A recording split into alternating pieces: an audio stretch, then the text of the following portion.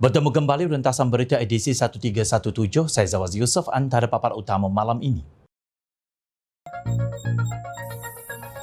Ini bukan pendakwaan terpilih.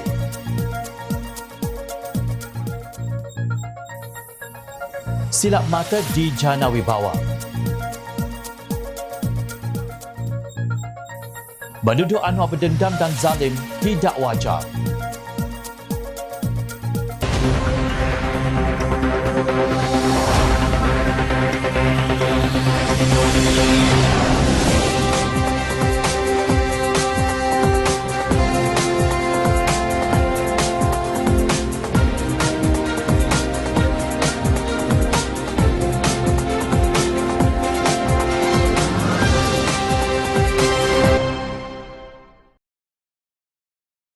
Assalamualaikum dan salam sejahtera.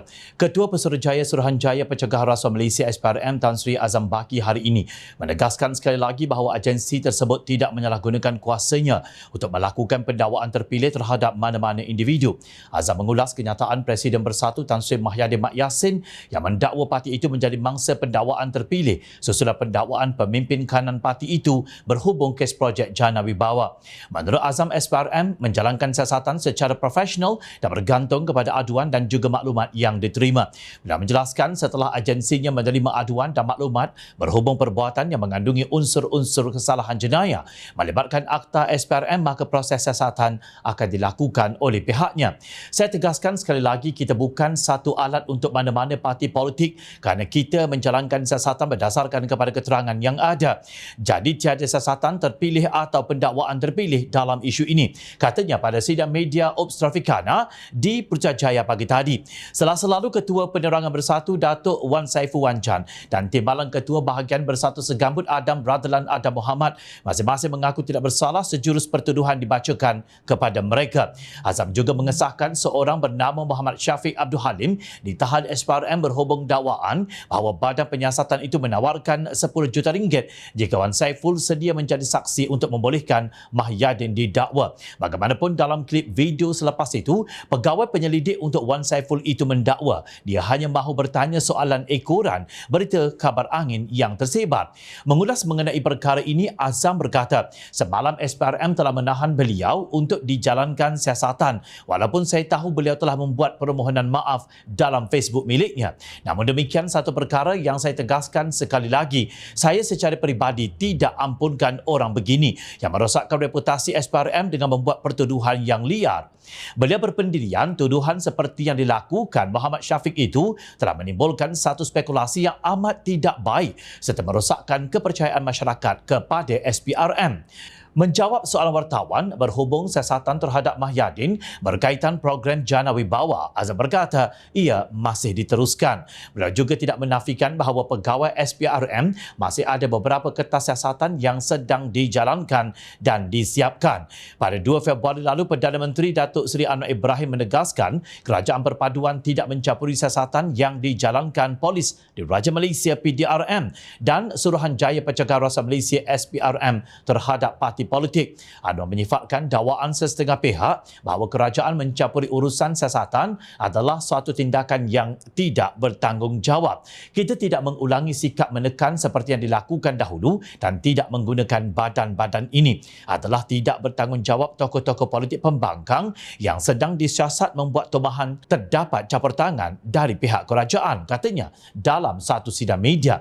Menurut beliau, terdapat projek yang menelan belanja terlalu tinggi tanpa melalui proses tender. Dalam projek Jana Wibawa dan Tempatan Banjir, saya dapati ia menelan kos yang terlalu tinggi, jelasnya. Anwar juga berpendirian amat tegas dalam usahanya memerangi rasuah. Saya tidak akan meminta maaf sekiranya dilihat keras dalam menangani isu rasuah, penyelewengan dan pemunggahan kekayaan negara selain menegaskan tindakan yang diambil berdasarkan bukti dan tidak melibatkan kepentingan peribadi. Saya hanya boleh bagi jaminan ia tidak menjejaskan prinsip dan dasar madani yang saya ketengahkan. Saya akan arah ambil tindakan tidak peduli dari parti mana, termasuklah daripada keadilan, ujarnya. Jangan lupa ketika era pentadbiran PNBN, projek Tempatan Banjir adalah di bawah sediaan Kementerian Alam Sekitar dan Air Kasar yang menterajui Timbalan Presiden PAS Datuk Seri Tuan Ibrahim Tuan Man. Nampaknya ahli Parlimen Kubang Kerian itu terasa pedasnya cili yang dilontarkan oleh Anwar. Justru tidak hairan apabila beliau mendakwa lebih ramai pemimpin daripada Gabungan Perikatan Nasional akan terpalit dengan apa yang didakwanya sebagai pendakwaan terpilih. Beliau membuat jangkaan tersebut selepas Wan Saiful yang juga ahli Parlimen Tasik Gelugur dihadapkan ke Mahkamah Session atas dua pertuduhan meminta dan menerima rasuah berjumlah 6.9 juta ringgit membabitkan projek Jana Wibawa. Tuan Ibrahim turut mendakwa Anwar mendahului jawatan kuasa penyiasatan untuk membina persepsi negatif kepada Perikatan Nasional menjelang pilihan raya negeri. Ya, saya tengok ia lebih bersifat pendakwaan terpilih. Ini persiapan untuk pilihan raya negeri. Tentu ada kaitan kenapa kita boleh buat dan sebagainya, ujarnya seperti dipetik Berita Harian Selasa lalu. Dakwaan rasuah bukan pembinaan persepsi. Ia realiti hasil siasatan yang terperinci oleh pegawai SPRM. Hari ini SPRM sudah menafikan tuduhan pemimpin-pemimpin pembangkang itu. Ingat, kepada peribahasa Melayu, apa yang disemai itulah yang akan dituai. Hasil yang kalian perolehi hari ini tergantung kepada apa yang diusahakan sebelumnya. Pengerusi Pakatan Harapan Terengganu Datuk Raja Kamarul Bahrin Shah mempertikaikan sama ada Jana Wibawa benar-benar bertujuan untuk menjana dan memperkasa ekonomi serta membantu kontraktor Bumiputra. Itu kononnya adalah tujuan murni Kerajaan Melayu Islam Perikatan Nasional yang mendabik dada menjadi pembela orang Melayu kita. Rupa-rupanya waktu darurat dan Parlimen digantunglah banyak silap mata telah berlaku, bidas Raja Kamarul.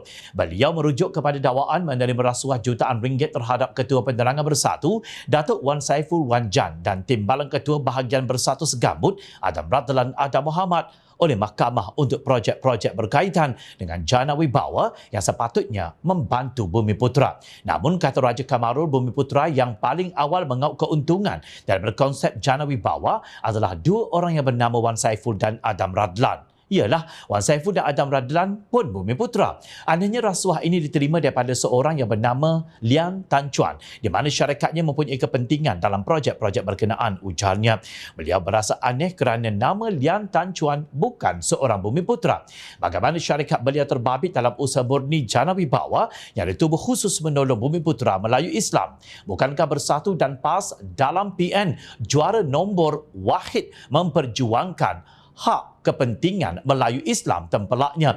Menurut Raja Kamarul, orang Melayu Islam Malaysia perlu mengambil tahu mengapa dan bagaimana ini boleh berlaku di sebalik topeng pembelaan Melayu Islam. Begitu ramai kontraktor berwibawa Bumiputra yang susah dan muflis semasa pandemik COVID-19 dan dua hamba Allah Saiful dan Adam ini dituduh senang-senang menghisap darah melalui rasuah daripada pemborong yang kebanyakannya sudah atau hampir nazak sindirnya. Raja Kamarul tidak percaya perbuatan Wan Saiful dan Adam Radlan di luar pengetahuan Pengerusi Perikatan Nasional Tan Sri Mahyadin Mat Yassin. Siapakah pengkhianat sebenar kepada orang Bumiputra di sebalik tabir Kerajaan PN Melayu Islam ini? Kedua-dua mereka adalah orang kanan Mahyadin dan mustahil dia tidak mengetahui apa yang berlaku di sebalik tabir, tegasnya. Ketua Amanah Terengganu itu menyeru bangsa Melayu agar sedar bahawa mereka yang bertopeng mengakui diri juara Melayu ini sudah berkali-kali mengkhianati bangsa sendiri. Ini termasuk dalam isu hartanah MARA di Australia yang merugikan MARA berpuluh juta ringgit yang ditubuhkan untuk membantu Bumiputra. Bila melihat cerita yang lama berulang kembali, topeng bangsa dan agama yang sering diperalatkan masih dipakai. Hanya pelakonnya sahaja yang berbeza. Kerakusan dan rasuah menjadi makanan harian biasa mereka, pengkhianat bangsa dan agama, katanya. Raja Kamarul menegaskan musuh tidak semestinya berada di luar sana. Musuh dalam kalangan kita yang tidak kita sangka adalah yang paling berbahaya dan berbeza. Sebenarnya bukan hanya nama Lian Tan Chuan yang dipetik oleh Suruhanjaya Pencegahan Rasuah Malaysia SPRM baru-baru ini.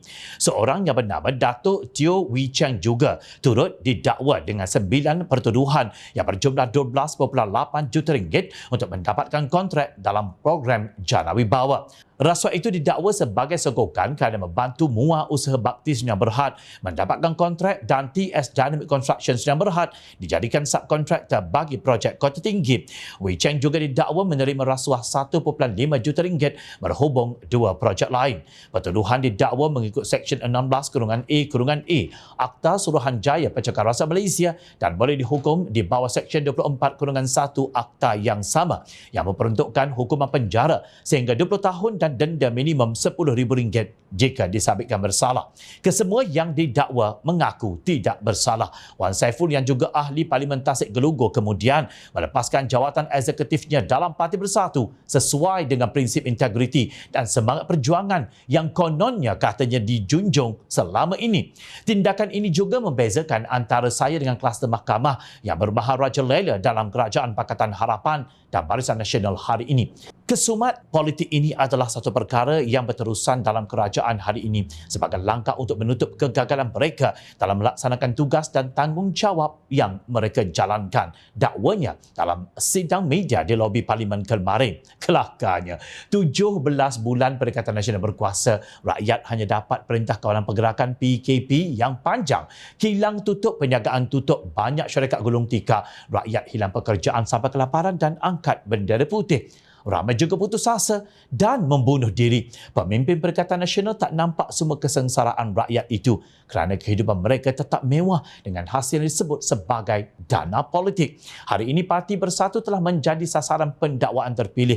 Menerima sumbangan dan dana politik tiba-tiba telah menjadi satu kesalahan jenayah. Demikian dakwa Mahyadin dipetik media. Patutlah Yang di-Pertuan Agong Al-Sultan Abdullah Riayatuddin Al-Mustafa Billah Shah ketika bertitah merasmikan mesyuarat pertama penggal kedua Parlimen ke-15 baru-baru ini langsung tidak menyebut nama Mahyadin. Baginda hanya mengucapkan tahniah kepada Datuk Seri Anwar Ibrahim sebagai Perdana Menteri ke-10 dan mengucapkan terima kasih kepada Datuk Seri Ismail Sabri Yaakob sebagai Perdana Menteri ke-9. Sudah tentu baginda maklum dan duka cita dengan apa yang berlaku selama 17 bulan Perikatan Nasional menguasai kerajaan dan negara. Inikah caranya pejuang Melayu Islam mengumpul dana politik daripada Tauke Cina? Perdana Menteri Datuk Seri Anwar Ibrahim mengemukakan surat tuntutan LOD kepada Ahli Parlimen Pendang Datuk Awang Salahuddin Hashim berhubung kenyataan beliau yang menuduh pengerusi Pakatan Harapan itu berdendam lebih teruk jika dibandingkan dengan Tun Dr. Mahathir Mohamad. Menurut Peguam Anwar dari firma SN Nair and Partners dalam surat bertarikh 22 Februari, Awang dituntut menarik balik kenyataannya secara terbuka, memohon maaf tanpa syarat dan berjanji tidak akan mengulangi dakwaan fitnah itu lagi. Kami telah diarahkan oleh pelanggan kami untuk menuntut daripada anda seperti berikut: menarik balik perkataan fitnah secara terbuka serta-merta dan tanpa ragu-ragu serta menarik balik semua komen yang menyinggung perasaan dan memfitnah. Permohonan maaf tanpa syarat dalam cara dan bentuk yang akan diluluskan oleh kami sebagai penasihat undang-undang untuk disiarkan dalam akhbar dan media pilihan peguam kami. Dan aku janji bertulis oleh anda untuk tidak mengulangi sebarang komen atau dakwaan seperti dalam perkataan fitnah dalam artikel Lapor Malaysia Kini. Anwar juga menuntut Awang memberikan kos pampasan substantif atas kerosakan reputasinya sebagai Perdana Menteri serta semua kos perundangan yang timbul daripada perkara itu. Kami menunggu jawapan anda tanpa sebarang kelewatan. Jika pelanggan kami tidak menerima sebarang maklum balas yang memuaskan dalam tempoh 3 hari dari tarikh notis, arahan kami adalah untuk memulakan tindakan undang-undang terhadap anda, kata surat itu seperti dipetik. Peguam Anwar menganggap komen Awang adalah tidak benar, membebankan, mengelirukan dan tidak munasabah serta berniat jahat. Kenyataan beliau itu dibuat untuk memburukkan imej Anwar di mata orang ramai sama ada di dalam atau luar negara sehingga ia mendedahkan Perdana Menteri kepada kebencian dan penghinaan. Menurut LOD tersebut, Anwar tidak pernah campur tangan dalam sebarang siasatan oleh agensi penguatkuasaan di negara ini. Justru tiada pendakwaan terpilih dibuat seperti yang dituduh Awang. Pada 21 Februari lalu, beberapa media memetik Awang sebagai berkata Anwar lebih berdendam berbanding Tun Dr. Mahathir selepas bekas Ketua Penerangan Bersatu Datuk Wan Saiful Wan Jan didakwa atas tuduhan rasuah di mahkamah. Tapi bagi saya, kalau inilah permulaan Perdana Menteri yang ke-10 ini, the worst Prime Minister in Malaysia. Even Dr. Mahathir yang dikatakan zalim pun tidak setahap ini. Sifat balas dendam yang ada kepada Perdana Menteri 10 ini sangat kuat, sangat. sangat kuat dan sangat pendendam. Katanya kepada pemberita di lobi Parlimen. Beliau mendakwa pertuduhan terhadap pemimpin Bersatu itu adalah pendakwaan terpilih. Bersatu PAS dan Gerakan adalah parti komponen Perikatan Nasional yang kini menjadi pembangkang setelah gagal membentuk kerajaan pasca pilihan raya umum ke-15 yang lalu. Hairan sungguh, adakah tindakan kerajaan Pakatan Harapan membanteras rasuah itu satu kezaliman? Lebih teruk apabila Anwar dibandingkan dengan tindak tanduk Tun Dr. Mahathir selama memegang jawatan Perdana Menteri. Secara sinis, Ketua Komunikasi Keadilan Pahang Wan Fauzuldin Wan Samad menyenaraikan 10 dalil untuk melihat sejauh mana kebenaran kenyataan awang. Jom channel rentas sebahagian daripadanya. Menurut Wan Fauzuldin, Tun Dr. Mahathir sebagai Perdana Menteri telah mengarahkan Ustaz Ibrahim Libya serta berbelas-belas para pengikutnya ahli-ahli PAS di Memali ditembak oleh anggota keselamatan kerana dikatakan menentang kerajaan secara kekerasan. Menurut beliau, ramai pemimpin PAS dan pengikut PAS telah ditahan tanpa bicara di bawah Akta ISA ketika era Tun Dr. Mahathir. Kata Wan Fauzuldin lagi, sebaik saja Tun Dr. Mahathir menjadi Perdana Menteri kali kedua pada tahun 2018, beliau terus menukar Pesuruhjaya, Suruhanjaya Pencegahan Rasuah Malaysia SPRM, Peguam Negara, Ketua Polis Negara dan terus memburu musuh-musuh politiknya kecuali yang sanggup menyokongnya dan sertai partinya. Anwar jadi PM10 hingga kini tidak menukar sesiapa pun memegang jawatan penting tersebut. Anwar lebih zalim daripada Mahathir. Bedasnya, beliau juga membangkitkan sikap pemaaf Anwar terhadap pemfitnahnya. Apabila pemimpin PAS memfitnah Anwar, akhirnya takut disaman, pemimpin PAS tersebut memohon maaf. Anwar terus memaafkannya. Tegas Wan Fauzuldin dipercayai merujuk kepada Pesuruhjaya PAS. Siapa lagi kalau bukan Razman Zakaria. Hari ini kerajaan perpaduan yang diterajui Pakatan Harapan diketuai Anwar Ibrahim, rakyat merasa nikmat payung rahmah, iaitu jualan rahmah daripada makanan, barangan asas, buku sehingga kepada peralatan DIY. Apa yang dapat dibeli dengan RM5. Menteri Perdagangan Dalam Negeri dan Kos Sara Hidup KPDN, Datuk Seri Salahuddin Ayub berkata pihak peniaga ingin membantu secara sukarela, ingin memberi sedikit sumbangan daripada keuntungan mereka. Malah Econsave memberitahu jualan telah meningkat sebanyak 30%. Katanya selalunya peniaga mengamalkan kaedah loose leader, iaitu menjual dengan harga rugi untuk menarik pelanggan. Kaedah ini dinamakan crowd puller atau penarik orang ramai dan mewujudkan multiplier effect, iaitu kesan berganda. Saya sebagai menteri dan kementerian takkanlah dalam engagement ataupun dalam kita berbincang itu, kita rela untuk mana-mana peniaga membuat satu menu kelas rendah, ya, yang mungkin dah kuahnya cayak, kata orang utara, ya, ataupun nasinya relax lah jelutong daripada beras yang tidak berkualiti, ataupun ikan atau ayamnya tidak berkualiti, ya. Takkanlah saya rela untuk menerima menu itu dan tanggungjawab maruah kementerian. Tetapi bila kita pergi pada setiap pasar raya itu, kita dapati lauknya atau menu yang premium. Nasi kandar Yasin, nasi kandar kayu sebagai contoh. Lauk itu lauk yang premium. Semua orang boleh menikmatinya. Rahmat for all, tak kira B40 atau bukan, tegas Salahuddin. Beliau berkata demikian dalam ucapan di Parlimen kemarin. Hasilnya, menurut beliau situasi menang-menang berlaku yang amat besar. Maknanya kepada rakyat. No one can go hungry in Malaysia. Tak ada rakyat yang kelaparan di negara ini. Tiada paksaan untuk turut serta. Tegasnya, adakah program memberi makan kepada orang yang berhak itu yang dituntut Islam satu kezaliman daripada seorang pendendam? Justru persoalannya di sini, mengapa pemimpin PAS ini koyak sangat sedangkan yang didakwa itu adalah pemimpin Bersatu? Perbuatan awang ini seolah-olah beliau tidak boleh move on daripada kehilangan kerusi timbalan menterinya semasa era Perikatan Nasional. Adalah lebih baik jika beliau menyerahkan saja perkara ini untuk diselesaikan oleh mahkamah daripada membuat sindiran menerusi analogi yang tidak masuk akal. Tak patut tuduh Perdana Menteri pendendam dan zalim. Jangan lupa, rakyat sentiasa memerhati. Teruskan bersama kami di Jom Channel dan layar reporter jomchannel.net untuk mendapatkan berita politik tanah air. Saya Zawaz Yusof, terima kasih untuk perhatian yang anda berikan. Assalamualaikum dan salam sejahtera. Jumpa lagi.